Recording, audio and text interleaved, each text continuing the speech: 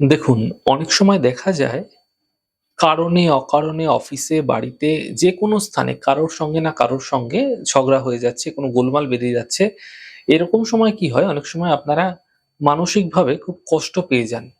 কোনো একটা ছোটখাটো ঝামেলা হয়ে গেল, বিবাদ ঝঞ্ঝাট হয়ে গেল, এতে মানসিক কষ্ট আপনার ক্ষেত্রে চলে আসে।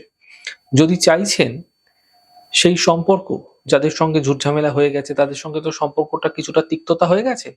তো সেই সম্পর্ক যদি আগের মতো আপনারা চাইছেন যে ভালো হয়ে যাক, আগের মতো সম্পর্কটা ঠিকঠাক থাকুক এবং আন্তরিকতা আপনাদের মধ্যে আবারও বৃদ্ধি পাক, তাহলে একটি উপায় আপনারা করতে পারেন।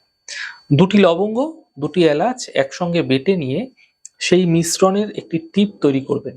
সেই টিপটি আপনারা আপনাদের অনামিকা আঙ্গুল দিয়ে শিবলিঙ্গে আপনারা অবশ্যই প্রত্যাহিকভাবে যেকোনো সোমবার থেকে শুরু করে কনস্ট্যান্ট করে যান। তার উপর আপনারা তিলক করবেন এবং আপনারা সেই তিলক দ্বারাই কিন্তু আপনারা আপনাদের কপালেও তিলক করবেন। এই প্রক্রিয়া আপনারা কনস্ট্যান্ট করে যান। তারপরে নিজের মনস্কামনা আপনারা জানান। যেকোনো সোমবার থেকে শুরু করে এটি করতে পারেন এবং লাগাতার এই প্রক্রিয়া করে যান।